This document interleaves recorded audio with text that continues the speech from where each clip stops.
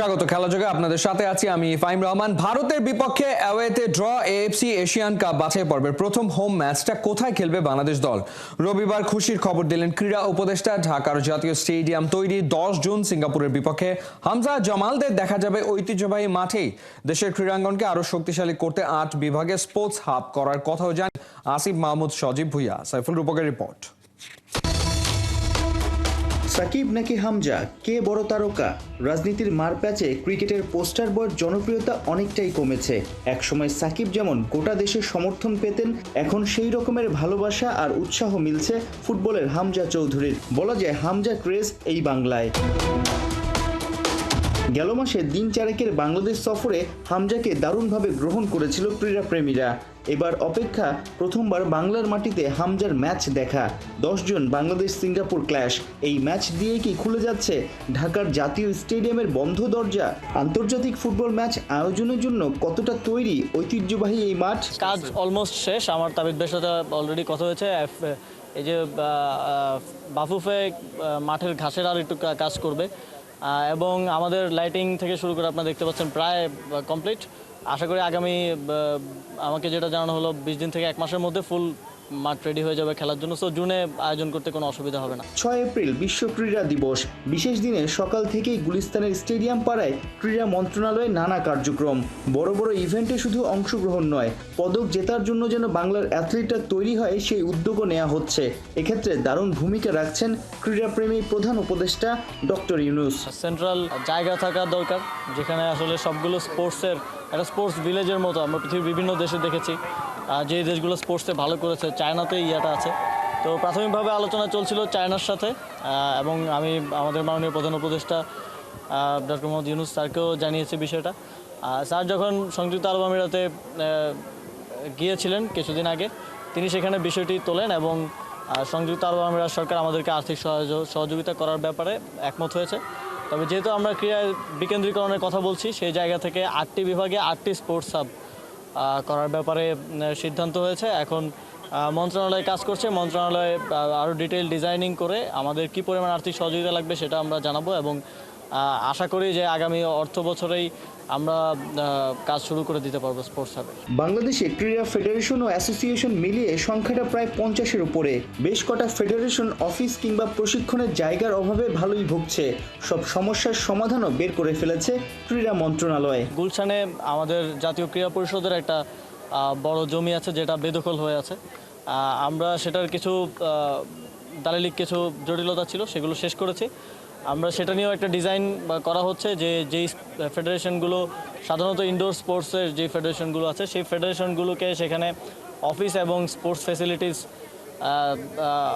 যাতে অ্যাকোমোডেট করা যায় সেভাবে একটা স্পোর্টস ফ্যাসিলিটি আমরা সেখানে করব। আরবান স্পোর্টস সেন্টার নামে আমরা সেটা গুলশানে করব। রবিবার সকালে ক্রীড়া দিবসের র্যালিতে অংশ নিয়েছেন নানান খেলার অ্যাথলিটরা।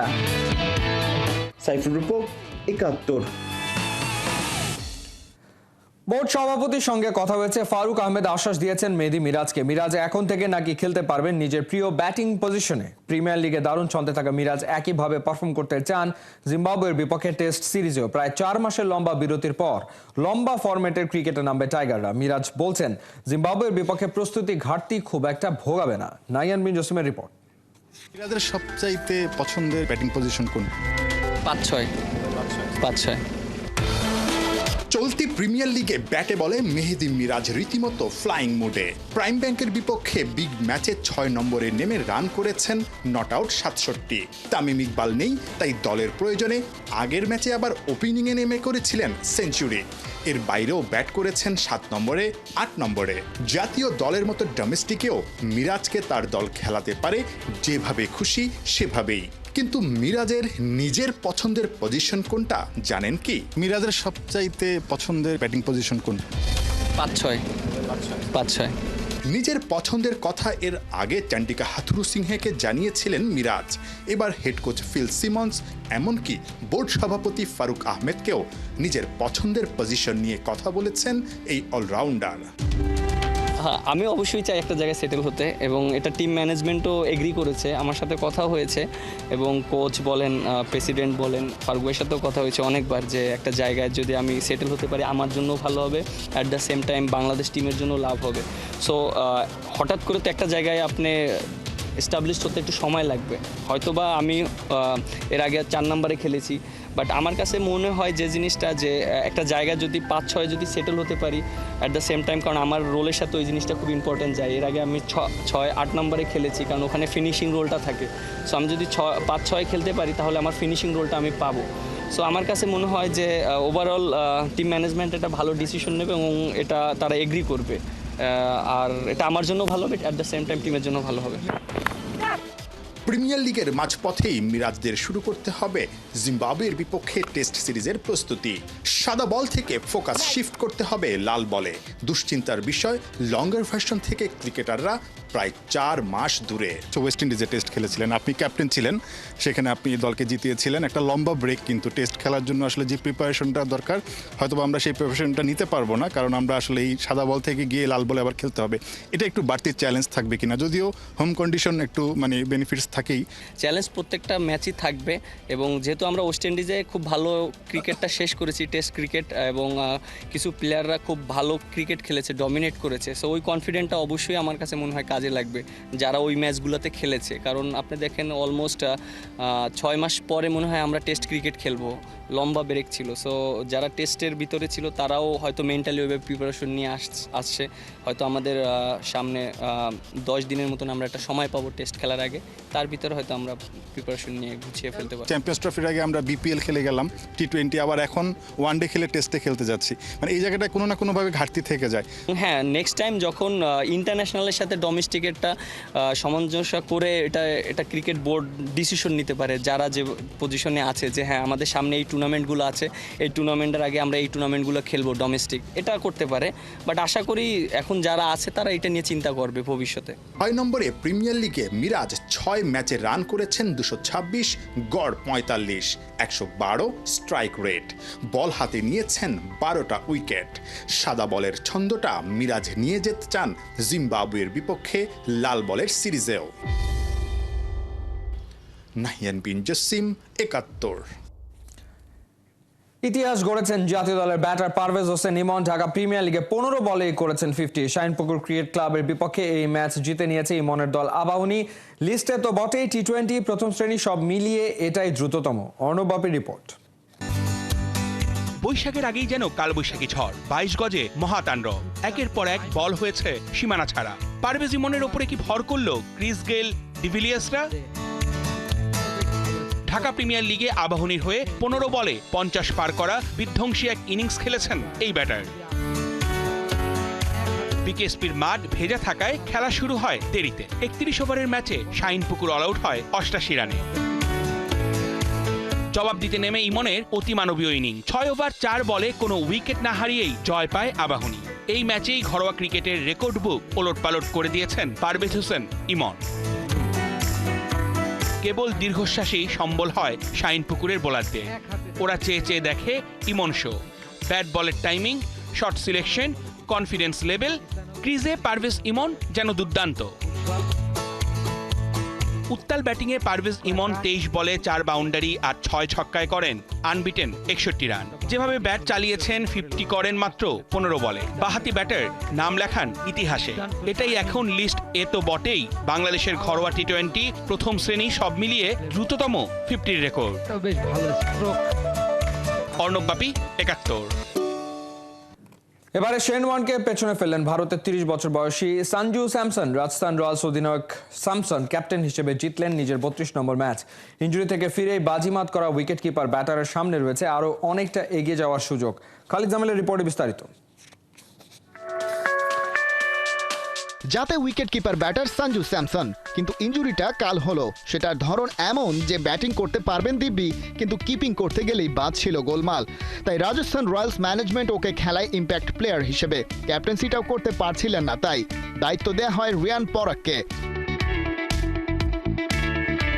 তবে মাঝপথে ক্লিয়ারেন্স আসে বিসিসিআই সেন্টার অফ এক্সেলেন্সের কাছ থেকে। পাওয়া যায় ফিটনেসের সনদ, কিপিং গ্লাভসের সাথে তাই স্যামসন ফিরে পান রাজস্থানের ক্যাপ্টেন্সি আর্মব্যান্ড। আর তারপরেই পরিসংখ্যানের পাতায় করে ফেললেন বাজিমাত।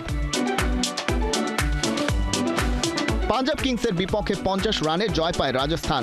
এক ফ্র্যাঞ্চাইজির ক্যাপ্টেন হিসেবে এটা তার 32 নম্বর জয়, যেটা এই দলের কোনো অধিনায়কের ক্ষেত্রে সর্বোচ্চ। এর আগের রেকর্ডটা ছিল অস্ট্রেলিয়ার প্রয়াত ক্রিকেটার শেন ওয়ার্নের। 2008 থেকে 11 সাল পর্যন্ত রাজস্থানকে নেতৃত্ব দিয়েছেন তিনি।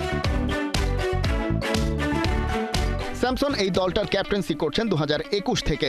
62 ম্যাচ থেকে অধিনায়ক হিসেবে এখন তার জয়ের সংখ্যা 32। তার চেয়ে পিছিয়ে পড়া ওয়ার্ন 55 ম্যাচে জিতেছেন 31টি। তালিকায় আরও আছেন Rahul Dravid, Steve Smith, Ajinkya Rahane, Shane Watson আর রিয়ান পরাগ।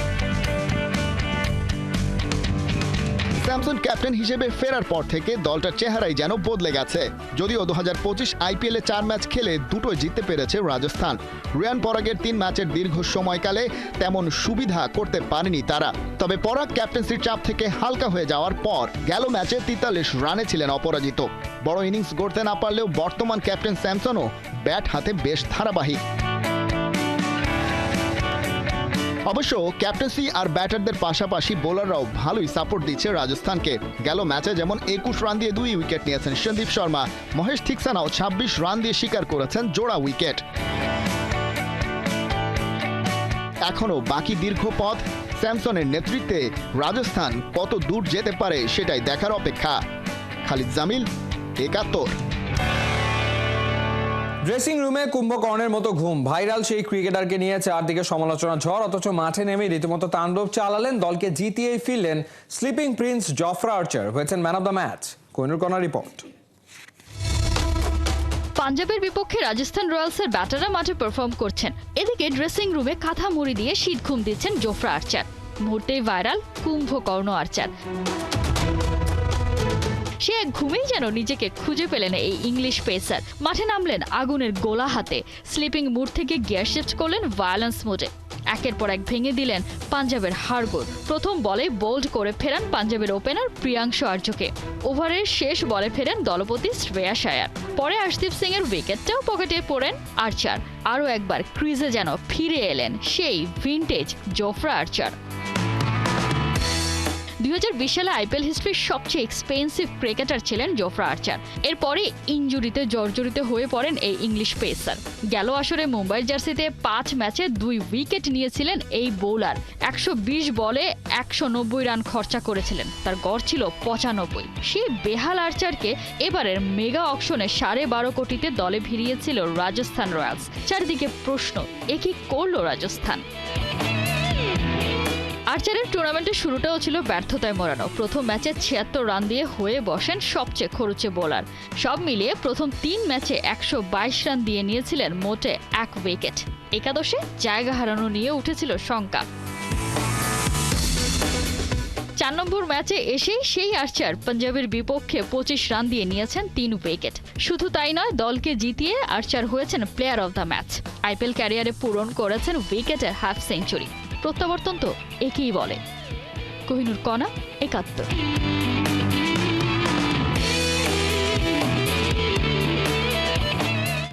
কোচ নয়, পরিচালক নয়, কিংবা প্রধান নির্বাহীও নয়, গোটা একটা ক্লাবের মালিক হতে চান ক্রিস্টিয়ানো রোনালদো, আর সেটা হতে পারে ফুটবল ক্যারিয়ার চলাকালীন। এমনটাই জানিয়েছেন পর্তুগিজ তারকা। তবে কোন সে ক্লাব তার নাম না জানালেও স্প্যানিশ গণমাধ্যমের খবর দলটা লা লিগার। বিস্তারিত পার্থবণিকের রিপোর্টে। শট, গোল, সেলিব্রেশন, সৌদি প্রো লিগে রোনালদোর এই ছবি এখন ডাল ভাত। যা চাইছেন তাই পাচ্ছেন। এই যেমন সৌদিতে আসার পর আল হিলালকে হারানোর যে খায়েশটা এতদিন অপূর্ণ ছিল, তাও জোড়া গোলে পূরণ করলেন।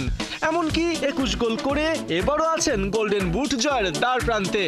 তাই সাফল্য যখন ভুরি ভুরি, তখন টেস্ট চেঞ্জ করার ছাড়া আর বিকল্প আছে কি? তাই তো ফুটবল ছাড়ার আগেই আস্ত ক্লাব কেনার প্ল্যান পর্তুগিজ তারকার। সম্প্রতি পর্তুগিজ ব্রডকাস্টার চ্যানেল 11-এ দেওয়া এক সাক্ষাৎকারে CR7 জানান, যদি ক্লাবের মালিক হওয়া যায় তাহলে ম্যানেজার, পরিচালক কিংবা CEO কেন হবেন? এটা তার স্বপ্ন এবং তিনি নিশ্চিত ওখানটায় তিনি যেতে পারবেন। এমনকি শুধু একটা নয়, একাধিক ক্লাবও রোনালদোর হতে পারে। ব্যাস এই ঘোষণার পরেই শুরু হয় কানাঘুষা। কোন ক্লাব কিনতে যাচ্ছেন আল নাসর তারকা? স্প্যানিশ সাংবাদিক হুলিয়ান রেন্দোন্দো সেই প্রশ্নের উত্তরও দিয়েছেন। মুন্দো দেপোর্তিভোতে লেখা এক কলামে এই সাংবাদিক জানিয়েছেন, রোনালদোর টার্গেট স্প্যানিশ ক্লাব ভ্যালেন্সিয়া। যদি দলটা লা লিগায় থাকে তবে এই ক্লাব তিনি কিনবেন। গুঞ্জন আছে রোনালদোর এই খায়েশ পূরণে সহযোগিতা করতে পারেন সৌদি আরবের ক্রাউন প্রিন্স মোহাম্মদ বিন সালমান, অথবা ক্লাব ক্রয়ের অর্থ আসতে পারে সৌদি ইনভেস্টমেন্ট ফান্ড থেকে। তবে সব কথার শেষ কথা, রোনালদোর হাতে উঠতে গেলে ক্লাবের এড়াতে হবে রেলিগেশন। এই মুহূর্তে রেলিগেশন অঞ্চল থেকে 7 পয়েন্টে এগিয়ে দলটা। অবশ্য হাল আমলে কোচ রুবেন বারাহাকে বরখাস্ত করা, তার পরিবর্তে কার্লোস করবেরানকে নিয়োগ দেয়া এবং বিক্ষিপ্ত লোন সাইনিংকে ক্লাবের মালিকানা বদলের নির্দেশক হিসেবে দেখা হচ্ছে। যদিও এই গুঞ্জন উড়িয়ে দিয়েছেন ভ্যালেন্সিয়ার বর্তমান মালিক পিটার লিম। সিঙ্গাপুর ভিত্তিক এই ধনকুবের ভ্যালেন্সিয়ার প্রতি নিজের প্রতিশ্রুতি পুনর্ব্যক্ত করেছেন, পাশাপাশি নিজের ছেলেকে ক্লাব প্রেসিডেন্ট হিসেবেও নিয়োগ দিয়েছেন। তবে যত যাই ঘটুক, যেখানে রোনালদোর ইচ্ছা আর সৌদির অঢেল টাকা আছে, সেখানে রোনালদোর কোনো চাওয়া যে আটকে থাকবে না সেটা তো নিশ্চিত। এখন দেখার বিষয়, রোনালদো প্লেইং ক্যারিয়ারে থাকতেই ক্লাব কেনেন নাকি খেলা ছাড়ার পর। পার্থ বণিক, ৭১। এই ছিল এই মুহূর্তে খেলাযোগে। সরাসরি সংবাদ অনুষ্ঠান দেখতে চোখ রাখুন ৭১-এর ফেসবুক পেজে এবং সাবস্ক্রাইব করুন ৭১-এর ইউটিউব চ্যানেল। ৭১-এর সাথেই থাকুন।